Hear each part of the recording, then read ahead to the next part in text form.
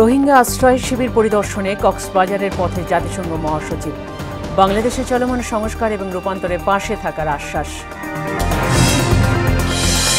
শিশু আসিয়ার মৃত্যুতে এখনও শোকাচ্ছন্ন মাগুরার জারিয়া গ্রাম। শোকার্তদের স্বজন শুভাকাঙ্ক্ষীদের সান্ত্বনা, আসামিদের দৃষ্টান্তমূলক শাস্তি দাবি।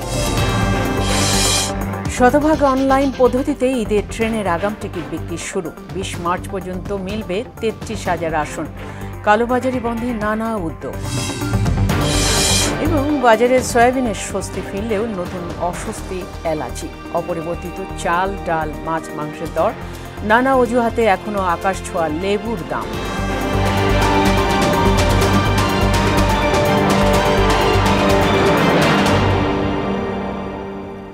আসসালামু আলাইকুম, সবাইকে মোহনা সংবাদে স্বাগত। শুনছিলেন শিরোনাম, সঙ্গে আছি ফাতেমা রশিদ। এবার বিস্তারিত। বাংলাদেশের চলমান গুরুত্বপূর্ণ সংস্কার এবং রূপান্তরে পাশে থাকবে জাতিসংঘ। প্রধান উপদেষ্টার সঙ্গে বৈঠকে জাতিসংঘ মহাসচিব এ প্রত্যয় জানান। এছাড়া সফরের দ্বিতীয় দিনে পররাষ্ট্র উপদেষ্টার সঙ্গে এবং দ্বিপক্ষিক বৈঠক করবেন অ্যান্টনিও গুতেরেস। গতকাল বৃহস্পতিবার বিকালে 4 দিনের সফরে ঢাকায় পৌঁছেছেন জাতিসংঘ মহাসচিব। আরও জানাচ্ছেন উষা ফেরদৌস। বাংলাদেশ সফরের দ্বিতীয় দিন সকালেই পররাষ্ট্র উপদেষ্টা তৌহিদ হোসেনের সঙ্গে দ্বিপাক্ষিক বৈঠক করেন জাতিসংঘের মহাসচিব অ্যান্টনিও গুতেরেস। এ সময় উভয় পক্ষের স্বার্থ সংশ্লিষ্ট নানা বিষয়ে কথা বলেন তারা।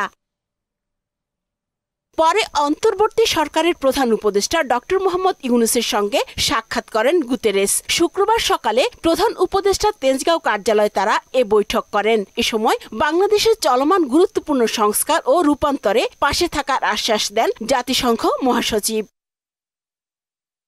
পরে প্রধান উপদেষ্টা ও জাতিসংঘ মহাসচিব একই উড়োজাহাজে কক্সবাজারের পথে রওনা হন। সেখানে রোহিঙ্গা লার্নিং সেন্টার, রোহিঙ্গাদের সাংস্কৃতিক কেন্দ্র ও পাটজাত পণ্যের উৎপাদন কেন্দ্র পরিদর্শন করবেন তারা। পরিদর্শন ও ইফতার শেষে প্রধান উপদেষ্টা ও জাতিসংঘ মহাসচিব একসঙ্গে সন্ধ্যায় ঢাকায় ফিরবেন। উষা ফেরদৌস, মোহনা সংবাদ। আগামী এপ্রিল থেকে রোহিঙ্গা শরণার্থীদের জন্য খাদ্য সহায়তা কমাবে জাতিসংঘ। জনপ্রতি মাসিক বরাদ্দ $12.5 থেকে কমিয়ে $6 করা হবে। এতে খাদ্য সংকটের পাশাপাশি আইন শৃঙ্খলা পরিস্থিতির অবনতি হবে বলে মনে করেন সচেতন মহল। রোহিঙ্গা নেতারা বলেছেন, আরাকানে সেফ জোন সৃষ্টির মাধ্যমে তাদের ফেরত দিলে সহায়তা চান না তারা। আমানুল হক বাবুল এবং আফসার কবির আকাশের প্রতিবেদন, জানাচ্ছেন আফরিন পপি। প্রায় 13 লাখ রোহিঙ্গা শরণার্থী রয়েছে বাংলাদেশে। আগামী এপ্রিল থেকে একজন রোহিঙ্গার জন্য মাসিক অনুদান $12.5 থেকে কমিয়ে $6 করা হচ্ছে। এমন খবরে কক্সবাজারে আশ্রিত রোহিঙ্গা শরণার্থীদের মাঝে উৎকণ্ঠা বাড়ছে। মানুষ অলদা আছে বেশি কষ্ট হয়ে দুঃখ হয়ে মানুষের আছে মারা হাঁড়াহাঁড়ি করছে। তিয়া যদি আরো সময় ফেলে দিতে আরো বেশি চিন্তা বাহনালি মানুষ চিন্তা বাহনার মাঝে আছে। বাংলাদেশের মাঝে লম্বা সময় 8 বছর পর্যন্ত কি হয় আর আতাই বলা নফাই বাংলাদেশের দুঃখ দিবল ইয়ানো আর নফাই পুরা টিয়া পয়সা এনদিনগুলা শেষই লাগো তাহলে জিনিস ইনত যদি মানুষ ইন মার উন্নত হইলে ইন ইতারার দাস হন হাইন্য তাইব। খাদ্য সহায়তা কমলে রোহিঙ্গাদের পুষ্টি ও স্বাস্থ্যের ওপর প্রভাব পড়বে বলে মনে করেন শরণার্থী ত্রাণ ও প্রত্যাবাসন কমিশনের এই কর্মকর্তা। ফুড সাপ্লাই যে এটা বেসিক আপনার যে চাহিদা সেটা ব্যাপক প্রভাব পড়বে। নিউট্রিশন হবে, এটা দৈনন্দিন খাবার দেওয়া তাদের জীবনযাপনে প্রভাব ফেলবে। সহায়তা কমানোর বিরুদ্ধে দাতা সংস্থার কাছে আপিল করার কথা জানিয়েছেন এ জনপ্রতিনিধি। আমাদের জাতিসংঘ থেকে আমাদের সাহায্য কমিয়ে দেওয়া হয়েছে। আমি সেটার জন্য দুঃখ প্রকাশ করছি। আমি জাতিসংঘের মহাসচিবকে বলবো, সাহায্য কমাইয়ে আপনি উকিয়া টেকনাফের মানুষকে একটা দুর্ভোগে ফেলবেন কেন? আরাকানে ফিরতে জাতিসংঘের তত্ত্বাবধানে একটি সেফ জোন তৈরির দাবি এ রোহিঙ্গা নেতার। আরে খনিকত্ব ফুড দিয়ানো করিব $12 ন $3 ন $1 দিয়ানো করিব আর দেশ আর কান আর বলি জলদি ইউএনএ আর কানাতে কান সেফ জোন করো আর টুপি দিয়ারে। 2017 সাল থেকে কক্সবাজারের 33টি ক্যাম্পে বসবাসরত রোহিঙ্গার সংখ্যা 12 লাখেরও বেশি। সম্প্রতি নতুন করে যুক্ত হয়েছে আরও 1 লাখ। আফরিন পপি, মোহনা সংবাদ। শিশু আসিয়ার মৃত্যুতে মাগুরা শ্রীপুরে জারিয়া গ্রামে এখনও চলছে মাতম। শোকবিহ্বল সদস্যদের সান্ত্বনা দিতে বাড়িতে ছুটে আসছেন প্রতিবেশী, স্বজন এবং শুভাকাঙ্ক্ষীরা। দ্রুততম সময়ে আসামিদের দৃষ্টান্তমূলক শাস্তির দাবিও জানান তারা। কামরুল ইসলামের প্রতিবেদন, জানাচ্ছেন আফরিন পপি। মাগুরার শ্রীপুরের জারিয়া গ্রামে আসিয়ার বাড়িতে এখনো চলছে শোকের মাতম। তার মায়ের কান্না যেন থামছেই না। শোকাহত প্রতিবেশী, গ্রামবাসী সহ আত্মীয় স্বজনরাও। তাই দাবি আছে যেভাবে আমার বাচ্চার মারিছে ওরও সেভাবে আপনাদের কাছে এটুকু নাতিন যে মৃত্যুবরণ হয়েছে এর আমরা সুস্থ সংক্ষেপে 2-1 দিনের মধ্যে ফাঁসি বিচার চাই। আসিয়ার পরিবারকে সান্ত্বনা দিতে শুক্রবার সকালে বাড়িতে হাজির হন জাতীয়তাবাদী মহিলা দলের সভানেত্রী সহ নানা শ্রেণী পেশার মানুষ। এ সময় আসামিদের দৃষ্টান্তমূলক শাস্তির দাবি জানান তারা। আসিয়ার জন্য যা কিছু করা লাগে আমরা করবো। আপনারা দেখেছেন, আপনারা শুনেছেন যে দেশনায়ক তারেক রহমান একটা আইন সেল করে দিয়েছেন। এই ধরনের কাজের যারা ঘটিয়েছে তাদেরকে আমরা শাস্তির আওতায় আনতে বলবো। এদিকে শিশু আসিয়াকে নির্যাতনের ঘটনায় বৃহস্পতিবার রাত 8:45টার দিকে অভিযুক্তের বাড়িতে ভাঙচুর চালিয়ে আগুন ধরিয়ে দেয় বিক্ষুব্ধ জনতা। আফরিন পপি, মোহনা সংবাদ। শতভাগ অনলাইন পদ্ধতিতে ঈদে ট্রেনের আগাম টিকিট বিক্রি শুরু করেছে বাংলাদেশ রেলওয়ে। 20 মার্চ পর্যন্ত প্রতিদিন 43টি আন্তনগর ট্রেনের বিপরীতে 33,257 আসনের টিকিট ক্রয় করতে পারবেন যাত্রীরা। আর 24 মার্চ থেকে মিলবে ফিরতি টিকিট। টিকিট কালোবাজারি বন্ধে নানা উদ্যোগের কথা জানালেন কমলাপুরের স্টেশন ম্যানেজার মাহবুব হাসান রিপন। জানাচ্ছেন বিস্তারিত। ঈদ উপলক্ষে প্রতি বছরের মতো এবারও ঈদ যাত্রার আগাম টিকিট বিক্রি শুরু করেছে বাংলাদেশ রেলওয়ে। তবে শতভাগ অনলাইনে টিকিট বিক্রির কারণে কমলাপুর রেলওয়ে স্টেশন অনেকটাই ফাঁকা। দেখা যায়নি অগ্রিম টিকিটের জন্য চিরচেনা উপচে পড়া সেই ভিড়। 20 মার্চ পর্যন্ত রাজশাহী, রংপুর ও খুলনা বিভাগের টিকিট পাওয়া যাবে প্রতিদিন সকাল 8টায়। এছাড়া ঢাকা, চট্টগ্রাম ও সিলেট বিভাগের টিকিট বিক্রি শুরু হবে প্রতিদিন দুপুর 2টা থেকে। 15 ও 16 মার্চ দেওয়া হবে 25 ও 26 তারিখের টিকিট। 27 ও 28 মার্চের টিকিট পাওয়া যাবে 17 ও 18 মার্চে এবং 19 ও 20 মার্চ পাওয়া যাবে 29 ও 30 তারিখের টিকিট। 24 মার্চ থেকে ঈদ পরবর্তী ফিরতি টিকিট ক্রয় করতে পারবেন যাত্রীরা। সারা দেশে প্রতিদিন 43টি আন্তনগর ট্রেনের বিপরীতে 33,257টি টিকিট ছাড়া হয়েছে বলে জানান কমলাপুর স্টেশন ম্যানেজার মোহাম্মদ শাহাদাত হোসেন। 43টা আন্তনগর ট্রেনের বিপরীতে 33,257টা আসন থাকে এবং সেই আসন বিক্রি করা হয়। এখন সেই ঈদ যাত্রা আমরা সেই আসনগুলো বিক্রি করব এবং আমরা এর সাথে এক্সট্রা বগি পাওয়া সাপেক্ষে আমরা এক্সট্রা বগি সংযোজনের মাধ্যমে আরও কিছু বাড়তি টিকিট বিক্রি করার সর্বাত্মক চেষ্টা করতেছি। টিকিট কালোবাজারি বন্ধে নানা উদ্যোগের কথাও জানান তিনি। আন্তনগর টিকিট শতভাগ অনলাইন সিস্টেম করার মূল কারণটা হলো যে সাধারণ যাত্রীরা যাতে নিজেদের এনআইডি দিয়ে নিজেরা টিকিটটা সংগ্রহ করতে পারে, যাতে আমাদের এর আগে বিভিন্ন সময় কাউন্টারে টিকিট বিক্রির ক্ষেত্রে কালোবাজারের অভিযোগ উত্থাপিত হওয়ার কারণে এই ব্যবস্থা নেওয়া এবং অনেকটা মানুষ সাধারণ যাত্রীরা সম্মানিত যাত্রী সাধারণ এটা সুফল পাচ্ছেন। 24 মার্চ থেকে 25টি মেইল এক্সপ্রেস ট্রেনের 12,000 টিকিট প্রতিদিন অফলাইনে পাওয়া যাবে বলেও জানান তিনি। মাহবুব হাসান রিপন, মোহনা সংবাদ, ঢাকা। দেশের প্রত্যন্ত অঞ্চলে গিয়ে জাপানি ভাষা শিক্ষাদানে ব্যতিক্রমী উদ্যোগ নিয়েছেন এক জাপানি শিক্ষক। ইতিমধ্যে 2 দফায় তিনি ঢাকা, চট্টগ্রাম সহ প্রায় 20টি জেলায় ভাষা শিক্ষাদান কার্যক্রম পরিচালনা করেছেন। একজন জাপানির কাছ থেকে সরাসরি ভাষা শিখতে পেরে উচ্ছ্বসিত প্রত্যন্ত অঞ্চলের শিক্ষার্থীরা। মাহবুব হাসান রিপন জানাচ্ছেন বিস্তারিত। তোকোমোতো কোমিকো একজন ফ্রিল্যান্সার জাপানি ভাষার শিক্ষক, যিনি ইতিমধ্যে বিনা পারিশ্রমিকে বাংলাদেশে ভাষা শেখানো কার্যক্রম চালিয়ে আসছেন। জাপানি ভাষা শিখতে আগ্রহী শিক্ষার্থীদের ক্লাস নিতে তিনি ছুটে যান দেশের প্রত্যন্ত অঞ্চলে। একজন জাপানিজের কাছ থেকে সরাসরি ভাষা শিখতে পেরে উপকৃত হচ্ছেন শিক্ষার্থীরাও। ইতিমধ্যে 2 দফায় কোমিকো ঢাকা, চট্টগ্রাম, রাজশাহী, রংপুর সহ প্রায় 20টি জেলায় ভাষা শিক্ষাদান কার্যক্রম পরিচালনা করেছেন বলে জানান তার শিক্ষার্থী ও ভলেন্টিয়ার গাইড আব্দুর রহমান। বাংলাদেশে প্রায় ঢাকার বাইরে অনেকগুলো শহর ঘুরেছি, অনেকগুলো শহরে আমরা ক্লাস নিতে সক্ষম হয়েছি।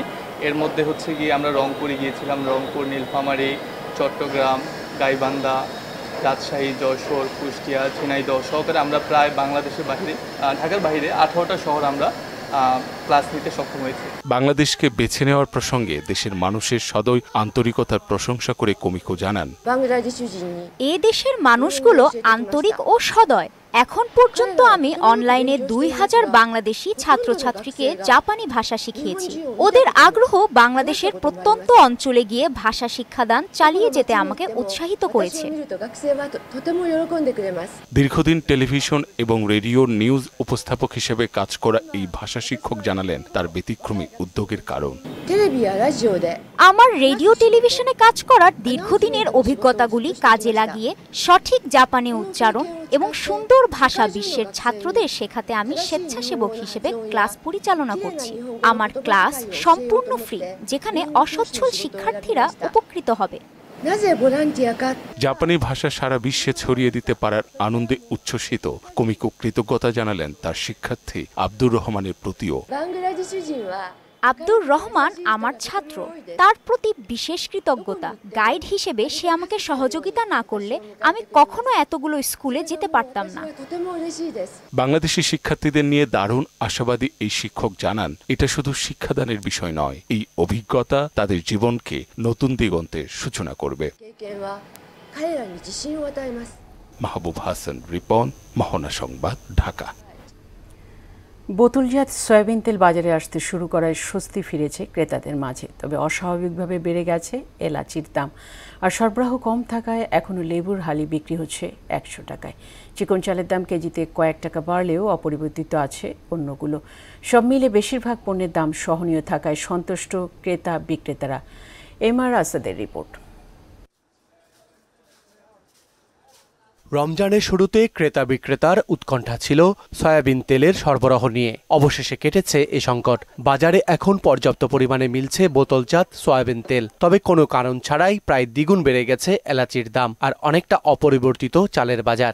দেশি নাজের আর হলো যে মিনিকেটটার দাম হঠাৎ করে বাইরে গেছে, বাড়ছে 3 টাকা 4 টাকা। ছোলা, বুট, খেসারি ডাল, বেসন এগুলো খুব খুশি ওনারা যে এবার কোনো একটা দাম বাড়ে না। সয়াবিন তেলটা 1 লিটার 175 টাকা, তা আমার মতে সয়াবিন তেলটা 160 টাকা উচিত। ঊর্ধ্বগতির দিকে আপনার হইলো এলাচির দামটা, যেখানে মানে এলাচির দাম ছিল 3 থেকে 3,500 টাকা, সেটা এখন 5,500 টাকার উপরে যায় উঠছে। মৌসুমের শেষ সময়ে চাহিদার তুলনায় যোগান কম থাকায় এখনো চড়া দামে বিক্রি হচ্ছে লেবু।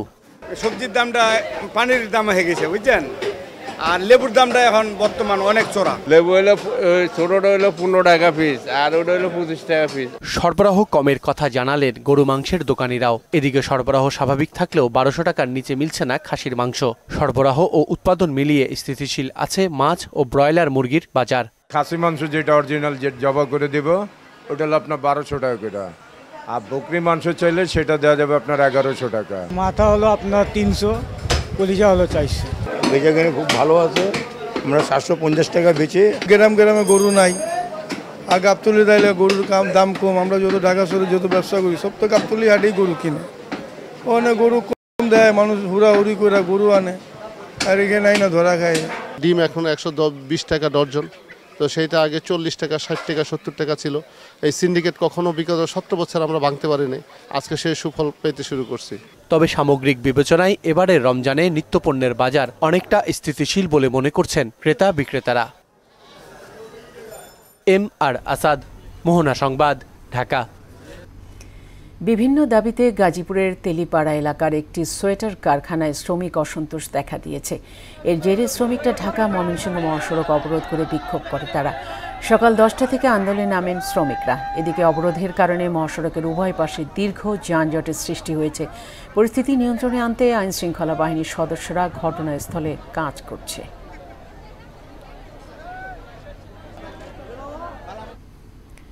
অ্যানেস্থেশিয়া কনসালটেন্ট না থাকায় প্রায় 1 মাস বন্ধ রয়েছে চুয়াডাঙ্গা সদর হাসপাতালের অপারেশন কার্যক্রম। হাসপাতাল প্রতিষ্ঠার পর থেকেই বন্ধ আছে সিনিয়র কনসালটেন্ট অ্যানেস্থেশিয়া পদটি, যে কারণে ভর্তি রোগীরা অপারেশন করাতে না পেরে ফিরে যাচ্ছেন। সাইফ জাহানের প্রতিবেদন, জানাচ্ছেন শারমিন স্বর্ণা। 50 শয্যা চুয়াডাঙ্গা সদর হাসপাতাল 1970 সালে প্রতিষ্ঠিত হওয়ার পর থেকেই সেবা কার্যক্রম চলছে জোড়াতালি দিয়ে। 2003 সালে 50 শয্যা থেকে 100 শয্যায় উন্নীত হলেও চিকিৎসক ও লোকবল সংকটে ভোগান্তিতে রোগীরা।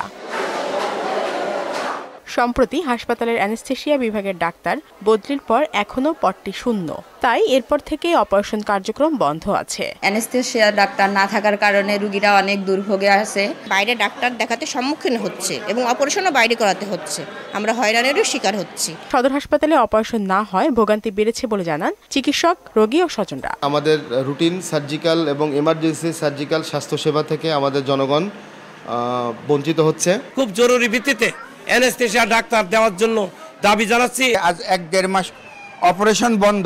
তবে বিষয়টি স্বীকার করে সমস্যা সমাধানে দ্রুত ব্যবস্থা নেওয়ার আশ্বাস দিয়েছেন এই কর্মকর্তা। ঊর্ধ্বতন কর্তৃপক্ষের সাথে আমাদের যোগাযোগ হচ্ছে এবং তাদের আশ্বাস আছে, আশা করি খুব দ্রুত এই সমস্যার সমাধান হবে এবং আমাদের হসপিটালের এই যে সংকট যেটা কেটে যাবে বলে আমি আশা করি। এই হাসপাতালটির সিনিয়র ও জুনিয়র অ্যানেস্থেশিয়া কনসালটেন্ট পদ দুটো শূন্য থাকায় অপারেশন থেকে বঞ্চিত হচ্ছেন জেলার প্রায় 12 লাখ মানুষ। শারমিন স্বর্ণা, মোহনা সংবাদ। দেশের বাইরের খবর। ইউক্রেনের সঙ্গে 30 দিনের অস্থায়ী যুদ্ধবিরতিতে রাজি হয়েছেন রাশিয়ার প্রেসিডেন্ট ভ্লাদিমির পুতিন। তবে একে প্রতারণা বলে দাবি করেছেন ইউক্রেনের প্রেসিডেন্ট ভলোদিমির জেলেনস্কি। এদিকে ফিলিস্তিনি শিক্ষার্থীকে গ্রেফতার করায় নিউ ইয়র্কের ট্রাম্প টাওয়ারে বিক্ষোভ করেছে ইহুদিপন্থীরা। এ সময় কমপক্ষে 100 জনকে গ্রেফতার করে পুলিশ। অন্যদিকে গাজায় যুদ্ধবিরতির সত্ত্বেও হামলা অব্যাহত রেখেছে ইসরায়েল। বিস্তারিত কাজী শাহরিনের ডেস্ক রিপোর্টে।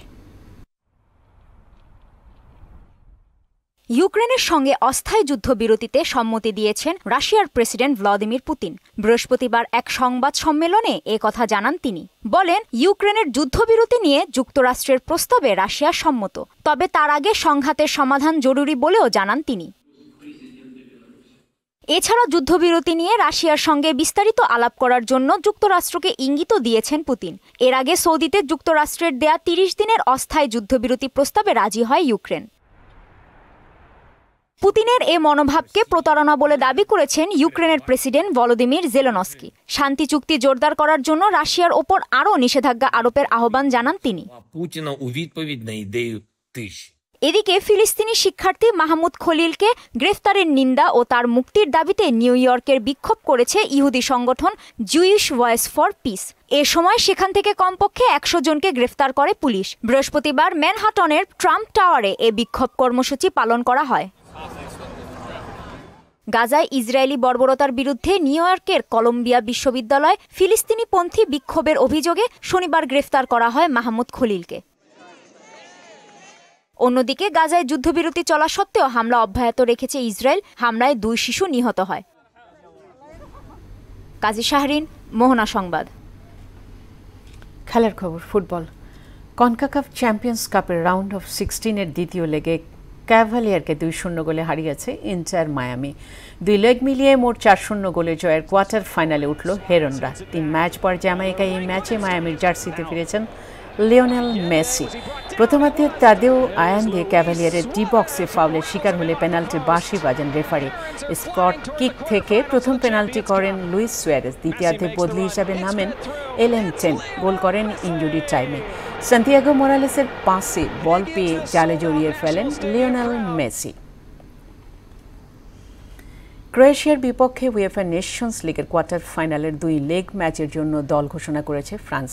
এতে 6 মাসের বেশি সময়ের পর ফিরেছেন কিলিয়ান এমবাপ্পে। এছাড়াও আছেন অহেলি টিচুয়ামেনি, উসমান দেম্বেলে, জুল কোন্দে এবং কামাভিঙ্গা। আর প্রথমবারের মতো দলে ডাক পেয়েছেন দিজিরে দুয়ে। আগামী 20 মার্চ ক্রোয়েশিয়ার আমন্ত্রণে ফ্রান্সে খেলবে নেশনস লিগের কোয়ার্টার ফাইনালের প্রথম লেগ ম্যাচ। এরপর নিজ দেশে দ্বিতীয় লেগে ক্রোয়েটারদের মোকাবেলা করবে ফরাসিরা। ক্রিকেট। 2 বছরের জন্য আইপিএলে নিষিদ্ধ হলেন ইংলিশ ব্যাটসম্যান হ্যারি ব্রক। আইপিএলের আসন্ন মৌসুমে দিল্লি ক্যাপিটালস থেকে নাম প্রত্যাহার করায় আগামী 2 মৌসুমের জন্য তাকে নিষিদ্ধ করে ভারতের ক্রিকেট বোর্ড বিসিসিআই, যার ফলে আগামী 2 মৌসুম প্লেয়ার অকশনে নাম নিবন্ধন করতে পারবেন না ব্রক। ইতিমধ্যে বিষয়টি সংশ্লিষ্ট ক্রিকেটার ও ইংল্যান্ড ক্রিকেট বোর্ডকে জানিয়ে দিয়েছে বিসিসিআই। 6,25,00,000 ভারতীয় রুপিতে ইংলিশ এই ব্যাটসম্যানকে দিল্লি ক্যাপিটালস দলে নিলেও কয়েকদিন আগে সামাজিক মাধ্যমে পোস্ট দিয়ে এবারের আইপিএলে খেলতে অপারগতা প্রকাশ করেন ব্রক।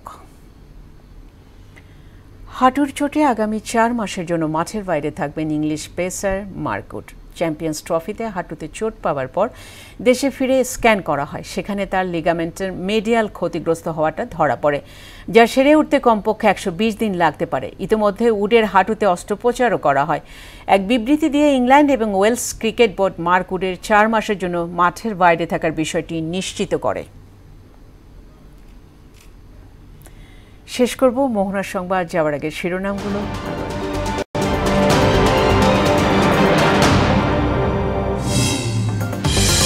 রোহিঙ্গা আশ্রয় শিবির পরিদর্শনে কক্সবাজারে জাতিসংঘ মহাসচিব। বাংলাদেশে চলমান সংস্কার ও রূপান্তরে পাশে থাকার আশ্বাস। শিশু আসিয়ার মৃত্যুতে এখনও শোকাচ্ছন্ন মাগুরার জারিয়া গ্রাম। শোকার্তদের স্বজন ও শুভাকাঙ্ক্ষীদের সান্ত্বনা, আসামিদের দৃষ্টান্তমূলক শাস্তি দাবি।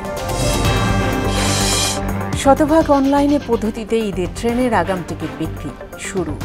20 মার্চ পর্যন্ত মিলবে 33,000 আসন। কালোবাজারি বন্ধের নানা উদ্যোগ। এবং বাজারে সয়াবিনের স্বস্তি ফিরলেও নতুন অস্বস্তি এলাচি। অপরিবর্তিত চাল, ডাল, মাছ, মাংসের দর, নানা অজুহাতে এখনও আকাশ ছোঁয়া লেবুর দাম। এই ছিল মোহনার সংবাদে। পরবর্তী সংবাদ বিকেল 5:30টায়। এর আগের সংবাদ এক নজরে দেখবেন বেলা 3টায়। মোহনার সবশেষ খবর জানতে ভিজিট করুন www.mohna.tv। সংবাদ দেখতে পারেন ফেসবুক ও ইউটিউবে। এতক্ষণ সঙ্গে থাকার জন্য সবাইকে